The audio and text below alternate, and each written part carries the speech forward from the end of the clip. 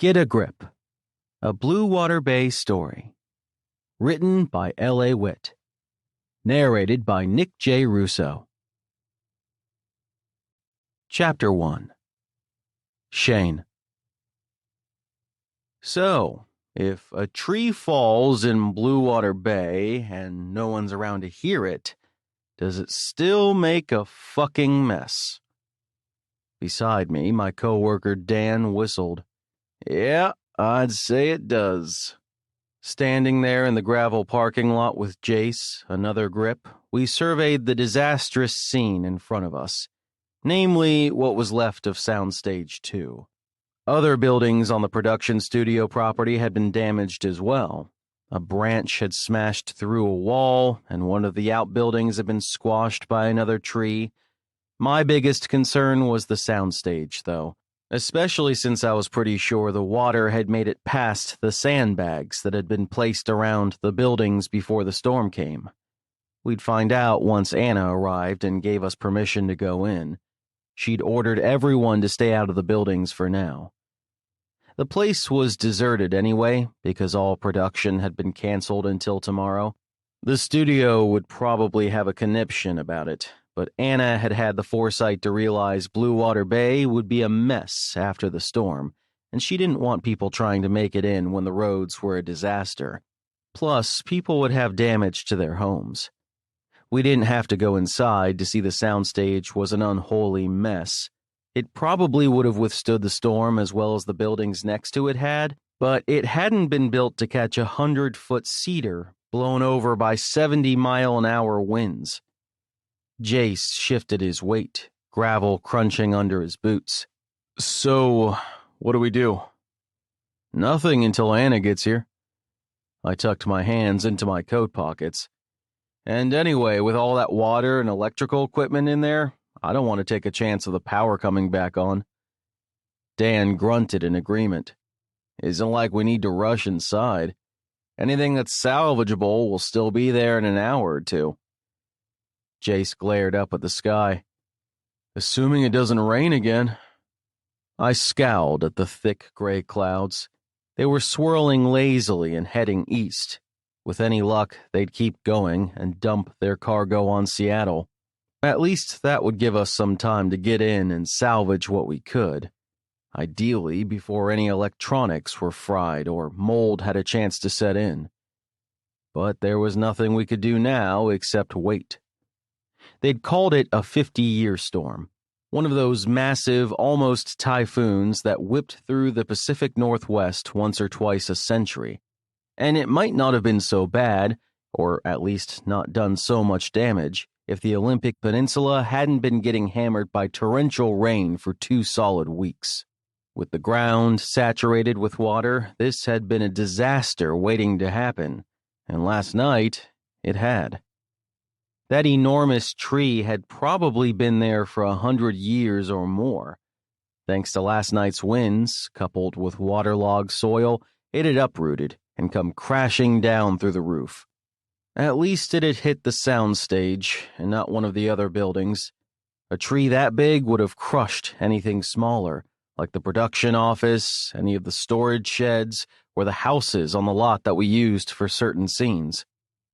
I'd gotten the call from Dan 2 hours ago.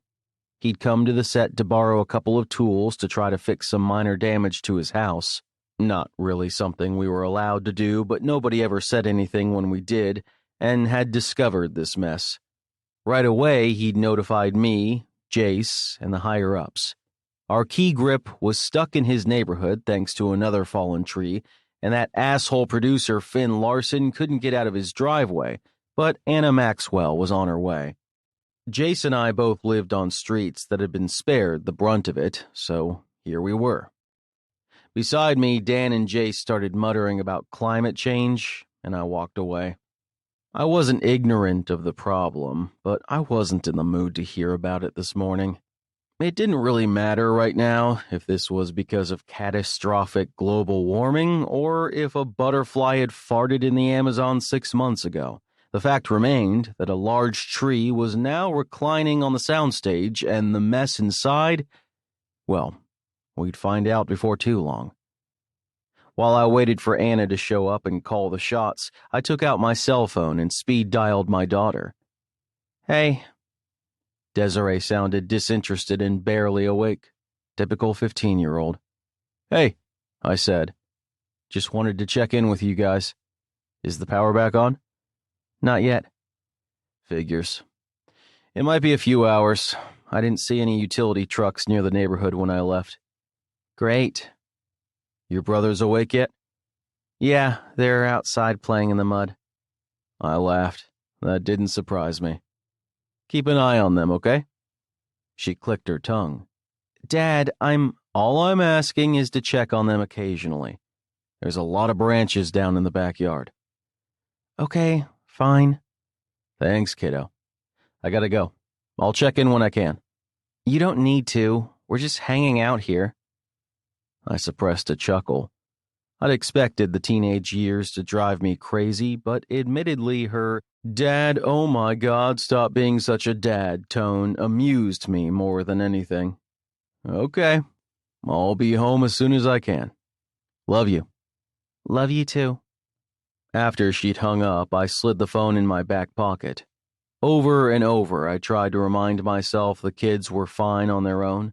It had only been a year since I'd started leaving them alone, and I was still kind of edgy about the whole thing. But she was old enough. Hell, she'd been old enough to supervise herself and the twins, and I'd get used to the idea sooner or later. As I returned to where the guys were standing, I caught their conversation. "When that chick said she was turned on by storms?" Dan grinned. She was not kidding. She probably did more damage to my house than the wind. Jace high-fived him. "Nice, man. You gonna hook up with her again?" Dan shrugged. "We'll see. I've been messaging this other girl on Tinder, and I put some more space between us, pretending to be focused on my phone so they wouldn't know I was trying not to focus on their conversation. Those two were always comparing notes on hookups, or whatever they remembered from a night of partying. And I envied them. I wouldn't trade my kids for anything, but sometimes I wished I could spend a weekend or even a night being like Jace and Dan. I'd missed out on being young and stupid. My very brief taste of youthful recklessness had made me an 18-year-old father, and I'd spent the last 15 years being as close as possible to a responsible adult. What I wouldn't have given to at least have some memories of sowing my wild oats, even if adulthood and responsibility meant I couldn't keep sowing them. Just once, can I go out and be stupid? I'd been asking myself that for a decade and a half. And going out and being stupid totally sounded like the kind of thing a 30-something father of 3 with a damn mortgage would actually do. Yeah, right. Those wild oats were not going to get sown, and the sooner I made peace with that, the better. A car pulled into the muddy parking lot and jarred me back into the present. The responsible, mature, doing my job present. Anna got out and shut the door with her hip as she glared at the damaged soundstage. She didn't have her bodyguard with her, which was unusual, but she'd sounded like she was in a hurry to get here. Maybe he was on his way. Or maybe she didn't give a shit because a bodyguard wasn't really necessary right now unless he wanted to help us move tree branches and wet equipment. Hands in her jacket pockets, she glared at the scene as she walked toward us. "Well, isn't this nice?" Her lip curled. "So much for reshooting that interrogation tomorrow." I nodded mutely. "What do you want us to do?" Jace asked. "I've got all day." "Me too," Dan said. "Same." I glanced at the fallen tree. "What's the plan?" "Right now, we wait, because the insurance company and the unions will have our heads if we touch anything." She folded her arms across her chest and scowled. "The fire department is sending an engine and a crane when they can spare the bodies. The power's out anyway, and I've got to call into the utility company to keep it off until this is all cleaned up." "Good idea," I said. "Is there anything we can do, though?" Anna shook her head. "Not really, no." The guys and I exchanged uneasy glances. "What's the fire department going to do?" Dan asked. "Anything they can." She shifted her weight. "I called earlier to see if they can at least help us move the tree off the roof. With the power company as tied up as they are, the firehouse said they're happy to help as long as they don't get any actual emergency calls." With a humorless laugh, she added, "I guess that's one advantage to living in a small town." "Yeah, that means there's no fires or anything in town, right?" "Yep." She nodded. "Sounds like it blew some trees down and fucked up some buildings, but there was only a small fire early this morning. No injuries that I heard about either." "Nobody got hurt anywhere?" Anna smirked, the first sign of humor since she'd arrived. "Well, not that I know of, but $20 says one of the stunt guys did something stupid." I laughed.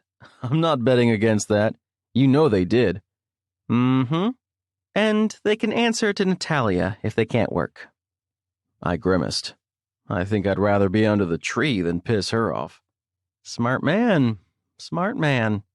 She let out a quiet laugh, then sighed. "Okay, I need to start making some calls. The insurance company is going to be thrilled." "Okay." I motioned toward the other soundstage. "Should we check in there? See if anything's damaged or wet?" Anna pursed her lips. "It looks safe," I said. "We might as well at least see if there's anything we can cover up to prevent more water damage." She blew out a breath and nodded. "All right, take Dan and have a look, but if anything is damaged, don't touch it unless you're putting a tarp over it to keep it dry. You hear me?" "I hear you." I gave her a mock salute. While she walked away to make her calls, I gestured for Dan to follow me. We stopped by the tool shed to get an armload of plastic drop cloths from one of the set designer's cabinets and took those, along with a couple of high-powered flashlights and some sturdy gloves. Dan only had keys to one of the tool sheds, but I had soundstage keys, so I let us in. The instant the door opened, and, "Oh, fuck my life," escaped my lips. The sound stages were usually alive with activity, even when someone gave the "quiet on the set" order. The place was eerily still without the hum of machinery and constant activity, but it wasn't completely silent. The distinct sound of dripping water turned my gut to lead. I shined my flashlight inside.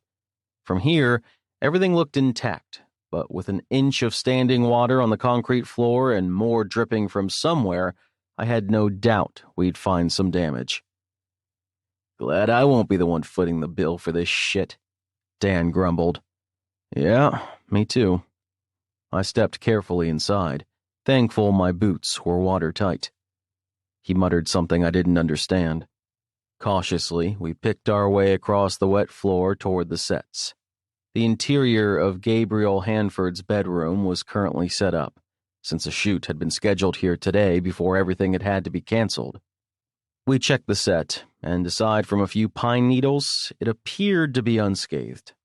The wardrobes where the costumes were hung looked like they were fine too, but I didn't have a key to be sure. All I could do was drape plastic drop cloths over the tops of the wardrobes. At least then, if any more water leaked into the building, it wouldn't seep through and ruin the costumes, assuming it hadn't already. "Oh, shit!" Dan called out from 20 feet or so away. My head snapped up. "What?" I started toward the sound of his voice. "Found a branch." He huffed sharply. "Lighting is gonna shit themselves." I came around a corner to where the jail set was ready to roll and grimaced. Didn't need the flashlight here. The hole in the wall lit up the place well enough. The bedroom interior set was going to need some serious work too. Sections of sheetrock that hadn't melted in the rain like the Wicked Witch of the West would need to be patched where debris had punctured them. An armchair that was supposed to look stained and moldy was soaked and covered in pine needles. The branch that had ripped through the wall was almost the size of a tree itself. It had to be at least 6 inches in diameter, and God only knew how fast it had been going. And, like a well-aimed arrow, it hadn't landed harmlessly on the floor. No, It had gone right through the glass and bulb of a floodlight, smashing through the middle like it was a bullseye. Dan cocked his head. Just need a little gaffer's tape, right? Good as new. I laughed dryly. Yeah, that's it. Gaffer's tape was more magical than duct tape, but even it couldn't put this mess back together. Fortunately, I didn't belong to the All the King's Horses and All the King's Men union, so putting it all back together wasn't my job. The rumble of a diesel engine caught my attention. At the fire department? Dan asked. I went to the door and craned my neck to peer outside. The distinctive red truck rolled across the parking lot. Yep. Good. Maybe they'll get that tree out of there, so we can salvage shit from Soundstage 2. We continued surveying the damage, covering what we could in case the rain started up again, then headed outside to report to Anna. She was standing where I'd left her, arms folded as she watched the firefighters work. They were bracing the tree with cables and the good-sized crane that had arrived, probably to keep it from collapsing completely and taking more of the roof down with it. Anna turned to me, brow pinched. How's it look? Well, I tucked my gloves into my belt. It's not as bad inside as 2 probably is. She groaned. How bad? At least one set's going to need some serious rebuilding. The rest just have some pine needles and a little water damage. I paused. And a branch went through the wall and into a floodlight. I couldn't see if any of the other lights were damaged, but that one is fucked. Anna buried her face in her hands and swore. Oh, fuck my life. I do not need this. Sorry. Her phone chirped to life, muffled by her pocket, and she cursed as she pulled it out. I have to take this. Sure, no problem. The other grips were standing near the fire truck, talking while they watched the firefighters working, so I headed their way. I wasn't 10 feet away from my coworkers when 2 firefighters stepped around the end of the truck, and I halted so sharply I almost slipped on the wet ground. Oh. Hello.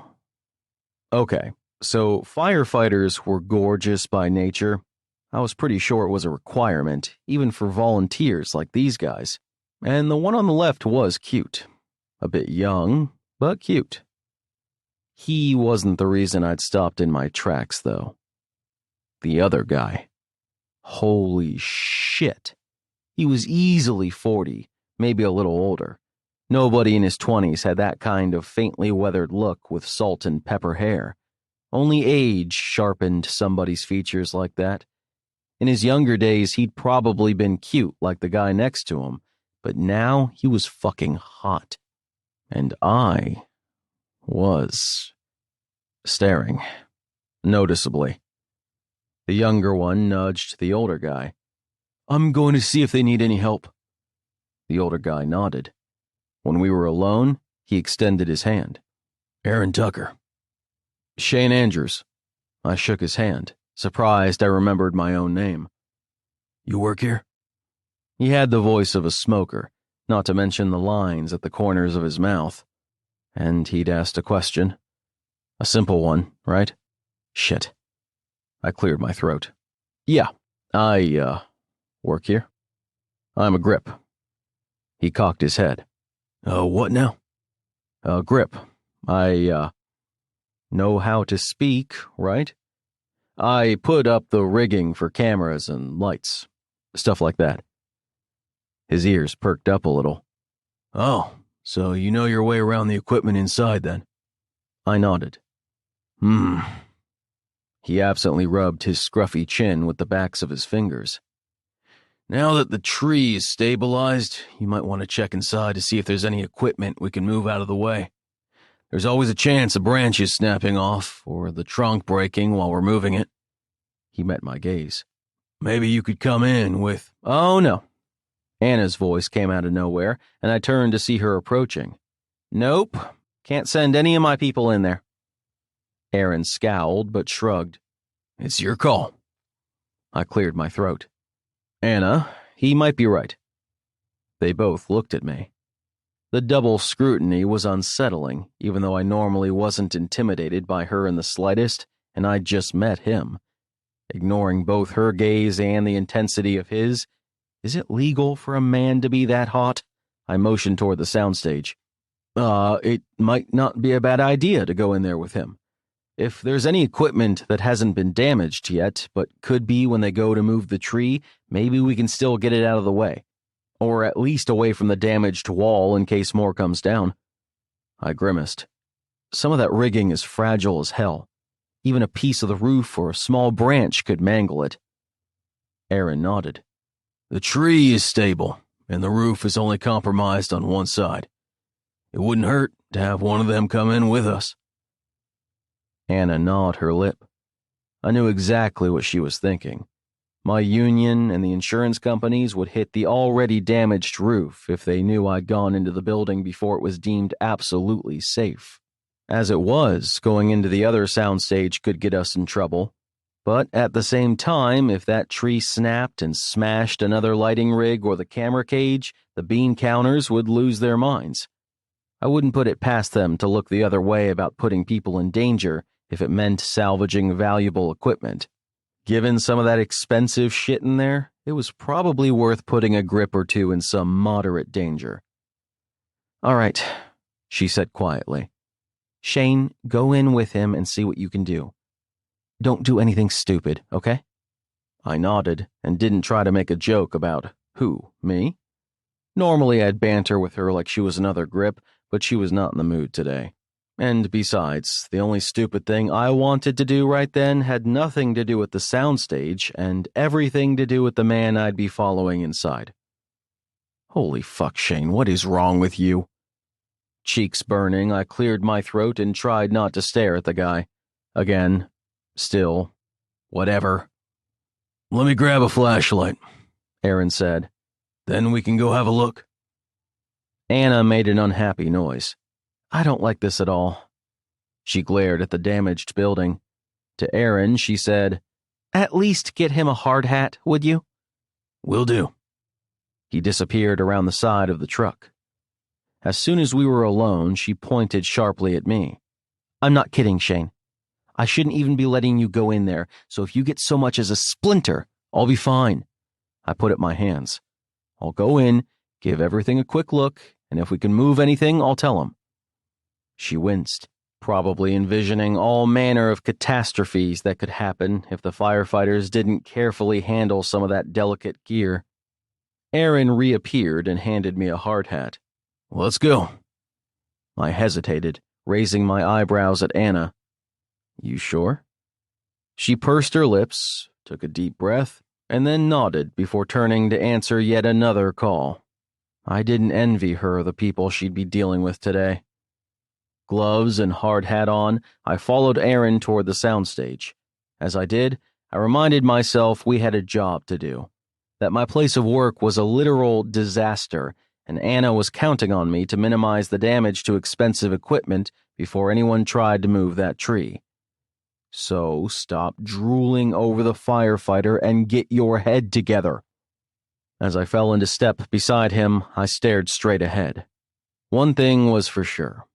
Between envying my coworkers and ogling him, this was a clear sign it was time for me to get back into the dating game.